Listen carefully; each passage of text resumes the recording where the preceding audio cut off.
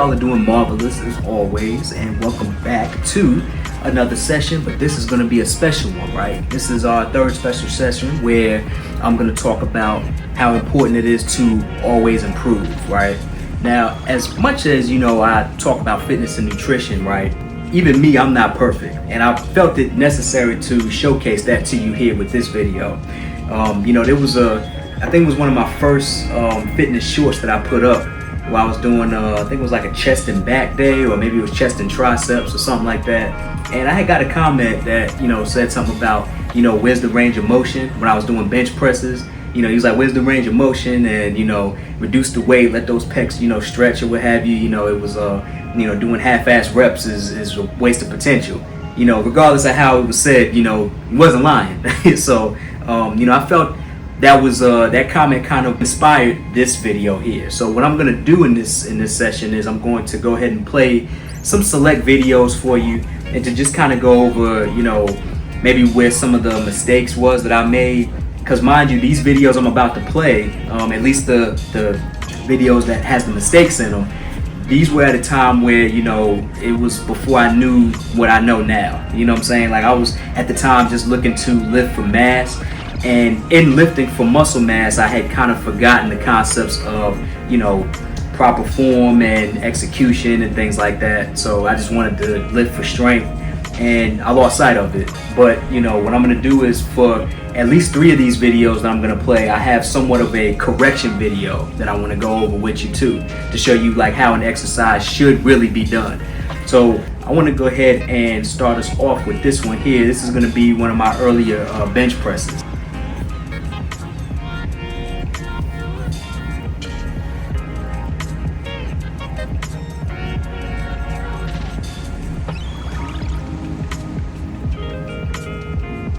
So obviously the mistake with this one here is that that was actually the video that I was talking about where, someone had commented on, where he had said, where's the range of motion? So, as you can see, the mistake that I caught in this one was in doing these bench presses. I talked about this in session number 107, I believe. It was getting started in fitness, where I talked about, on the eccentric and concentric, going slow and going, going up, like on a bench press, coming down, that would be your eccentric, going up is the concentric, the squeeze, so to speak. And but also how important it is to really stretch those muscles. So that was the first mistake I noticed in this one. The bench press that I did here, I wasn't going all the way down, like there was no range of motion, right? If you notice, I kind of stopped, maybe a little halfway. Like, imagine, doing a barbell bench press, the Olympic bar, and only going like 3 inches above your chest, which, some people do that, and it's not necessarily a bad thing. I personally, when I do the long bar, the Olympic bar bench press, what I like to do is actually touch my chest. But some people go about 3 inches above, 2 or 3 inches above the chest, and then push back up. There's nothing wrong with that either. I touch my chest because, range of motion, right? That's what we're talking about here. And you get better range of motion when you come all the way down. But, about 2 inches above is not bad either, especially depending on, if you're a short or a tall person. That stuff does come into play, how long your arms are. See, I'm about 5'8", so, I don't have too long of a reach anyway. So, but anyway, here's the video here that I want to go ahead and show. This one here, you'll notice, right, is, a corrected video of the first one, right? So you'll notice in this one, I'm actually going, all the way down. Like, I'm actually letting my pecs, and shoulders and all that stuff stretch when I come down, and then going back up, in a nice, slow and controlled motion. So it's a complete 180 from the, video that I did for the first time, right? And again, you'll also notice in this one, I decreased the weight. I'm doing 80 pounds in this one, 80-pound dumbbells. That first one, I did 100-pound dumbbells. So, I was just really trying to work my way up in strength. But again, I lost sight of the important elements. So here's the next one that I selected for you. This one, we're going to be looking at I think I shared this one in the same short, doing chest and back, I think it was. I can't remember. Maybe this was a different short, but this one, I handpicked this one because, it was, since we're talking about range of motion, this definitely, applies here.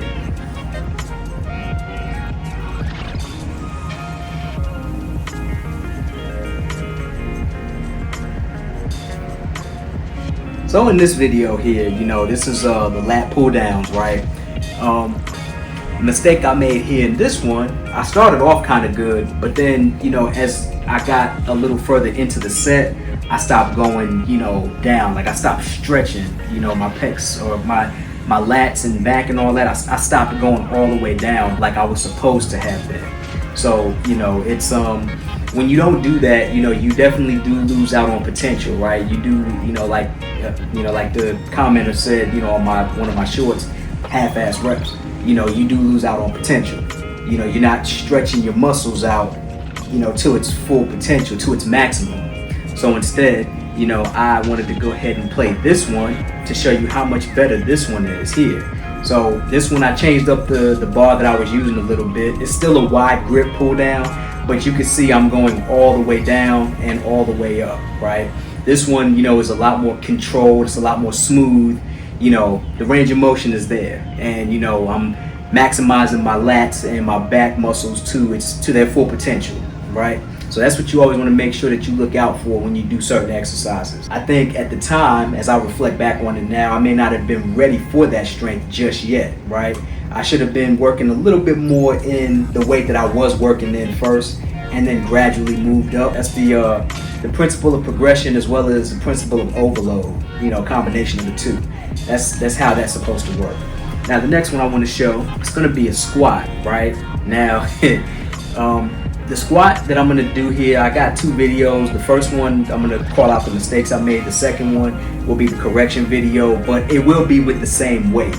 So I want to say, before I play this video, the first one that you'll see, it was with about 225 pounds. And this one, I can admit I wasn't necessarily quite ready for it just yet. You know, I hadn't trained with this amount of weight enough.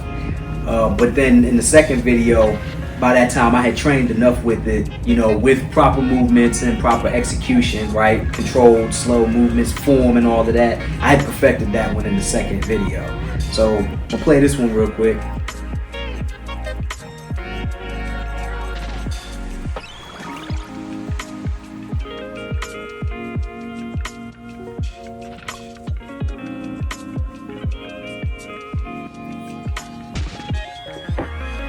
There was a couple of mistakes in this one. The first one I noticed, first of all, I'm not exactly going all the way down. Well, when I say all the way down, I mean I'm not going as far down as I'm supposed to get a true workout out of this squat. That's the first mistake. And the second one, you probably notice if you look closely, you know, the feet, right? My feet are placed fine, but my feet, you know, they're kind of moving a little bit. And when you do squats, you definitely want to make sure your feet are nice, firmly planted, right? You put them shoulder width apart, or however, you know, you want to put it to, however far apart or close together you want to put it to work out certain muscle groups. Because how far apart or how close together your feet are, that'll determine which part of your legs and glutes and, you know, groin and you know, hips and whatnot that you end up working. But either way, whatever you do, you definitely want to kind of make sure your feet are planted and that they're not moving around so much. So what I started doing, it's something I started noticing like other people do, and I wanted to try it for myself just to see if it'll make a difference. But what I started doing was, I will, depending on how heavy the weight is, that is, because if I'm doing lightweight on squats, I won't take off my shoes. But I started taking off my shoes for like some of the heavier weight, you know, maybe going up to about in the 250s, 260s, all the way up to 300 pounds or what have you. You know, I'll start taking my shoes off, so that way my feet will be firmly planted, at least for me, because it works for me and it works for some people. That's why they take their shoes off. Your feet are more firmly planted to the ground. Like there's no height, like there's no distance from your feet to the ground. Like your feet and the ground are touching, so you have a little bit more, you know, control over when you do your squats and you lower yourself and come back up, versus if you're wearing shoes like the ones I have on in this video, you know, they're a little bit, you know, highly cushioned. So of course that cushion is what creates the distance between my feet and the ground. So, you know, I don't really have contact with the ground, which kind of makes it a little more difficult, you know, to squat. So if I'm gonna squat in shoes, I usually try to wear like, you know, maybe my Nike Pegasus 41s, because even though they have some cushion in it, they're more designed for responsive cushion, not max cushion, like, you know what I'm saying, for your feet. so they don't sit as high off the ground as, you know, some of my other cushion shoes do. This right here, I'm gonna play this one, right? This right here will be the correction video. So you'll notice in this one here, it's the same weight as 225, but you'll notice it's a night and day difference between this one and the first one I played. It's, you know, a straight, you know, going down, keeping the back straight, you know, but I'm singeing more in this one, and my feet are more planted, okay? So it was the singeing that I noticed was wrong, okay? Especially because, you know, when you don't singe far enough, or as far as you can go, you miss out on potential. If you're looking to grow your quads and, you know, whatnot, your hamstrings, and you're looking to grow your groin and grow your hips, you know, you're gonna sort of cheat your body out of that if you're not executing the movements properly. Here goes the next thing I want to play. Now, I don't have a correction video for this one. I kind of handpicked these next two, you know, just to kind of, I don't know, just to kind of go over, of course, what I did wrong, and also to sort of go into why I don't think I'll be implementing these into my routine anymore. But that's just me. It may work for you and for other people. But I want to show y'all this one. So these are lunges, right? And I decided to try lunges out on these on the machine here with the cables. When you stand on the platform and you go down. Obviously, the mistake in this one is, you know, when you do lunges, the foot that's back, when you come down on a lunge, the knee that comes close to the ground, it should hover about maybe 2 to 3 inches above the ground. This one, you know, was just kind of fast and loose, and good reason for that is most likely because the weight was a little heavier, of course.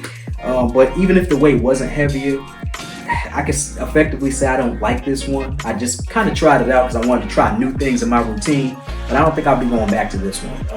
If I'm gonna do lunges, I would rather do dumbbells or, you know, the barbell, right? I prefer doing the barbell, but if I'm gonna do dumbbells, what I usually do is I'll take the dumbbells and I'll place them on my shoulders and do lunges that way.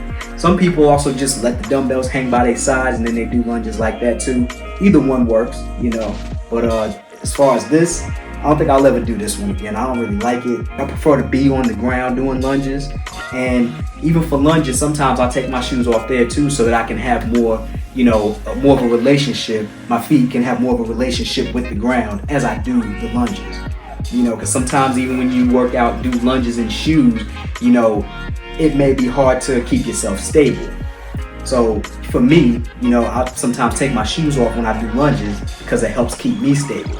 And so the last one I want to show y'all is going to be this one here. Now these are pull-ups. Now this is just something else I want to go over, right? I don't really have a correction video for this one, but I'd like to still go over it just so that, you know, for anyone who decides to implement pull-ups in their routine and attempt to do pull-ups, you know what not to do. So in this one here, I started off good, right? But as you notice towards the set, I stopped going all the way down. Now, the reason for this here is because, see, even someone who is seasoned in doing pull-ups, right? You know, it's still harder for you to do pull-ups as you get towards the end of your sets, right? Like the first set, you may be able to do however many pull-ups you're aiming to do, right? You know, especially if you're a little more seasoned. But as you get more into your sets with pull-ups, you know, it gets a lot more difficult to do them, you know? Like, they don't get any easier. So eventually your body will fatigue in doing pull-ups, right? But even when your body fatigues, what's beneficial for you doing pull-ups is even if you can't go all the way up, you still want to make sure you hang all the way down, right? So you can hang all the way down and then go, you know, as up as you can, even if that's not all the way because you're fatigued. You know, you want to still go all the way down. The reason for that is because, again, range of motion, you're getting that good stretch in your lats and in your, you know, some of your back muscles, right? You activate your back muscles, you know, more effectively when you hang. But it's important to make sure that, you know, when you hang down on a pull-up, that you don't just drop to a hang, you know, abruptly. You want to make sure you control that movement too. You want to control yourself going down and hanging. And then, you know, try to pull yourself up as best as you can, even in your fatigued state.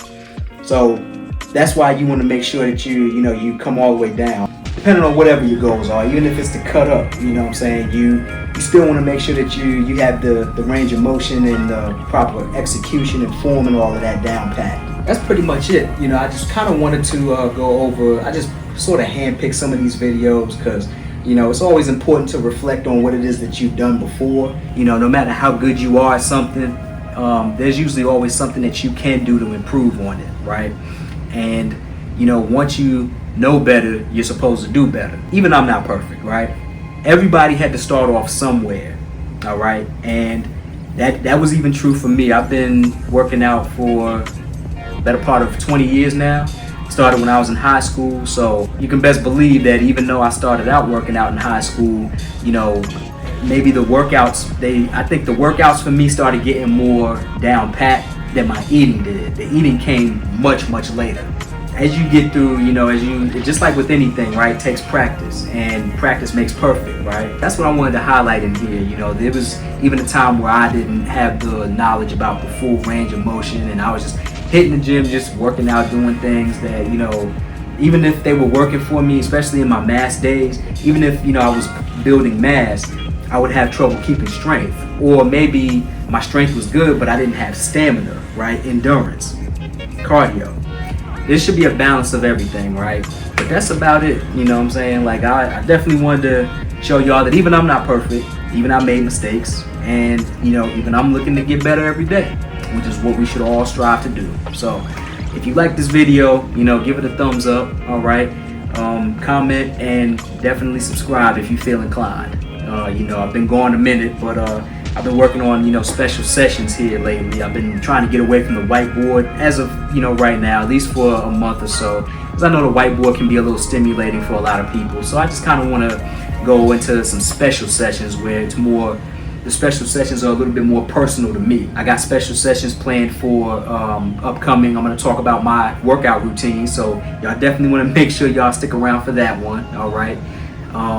And I'm also going to make a special session that talks about my sneaker selection. Now, my sneaker selections will definitely be important, you know, as a person who does do a lot of running and a lot of, you know, jumping, weightlifting, you know what I'm saying? Like, it's, you know, the sneakers that you wear always is important.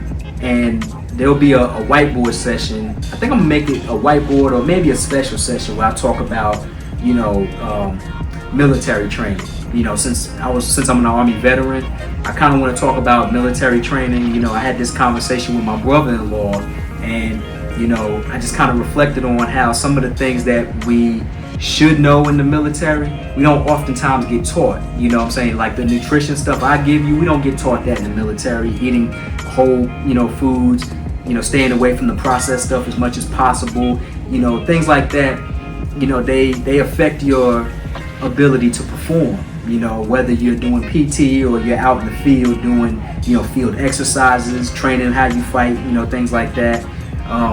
Your nutrition is very important, and we never got taught things like that in the military. Neither did we get taught, like, you know, some of us did. I know I was lucky enough to have an NCO, you know, tell me, hey, you know, for your running, like, it starts with the right shoe. You have to figure out, like, what type of arches you have, and what type of arches you have will fit you with the proper sneaker. You know, a lot of sneakers are neutral, but maybe you need a wide one, or maybe, you know, for your ailments you need cushioned shoes, right? Some shoes that'll help with shock absorption each time you hit the ground, you know, stuff like that. So I'm looking forward to talking about that. I might make a special session out of that one, or it could be a whiteboard, not sure yet, but definitely stick around to find out. In the meantime, make sure y'all check out my fitness sessions. I started uploading more fitness sessions because I made that promise for a while and I was kind of slacking off with it, but I'm finally getting there. You know, I've got chest and back so far. I have chest and tricep. I believe I even got back and bicep and summer shoulders, and I just recently uploaded a leg day. You know, part one. I'm gonna make that that's gonna be a couple parts, right? Because I got other leg exercises I want to show y'all. So make sure y'all catch my fitness sessions. Definitely stay up on the meal prep sessions, you know, because I do still release, you know, the food and things like that.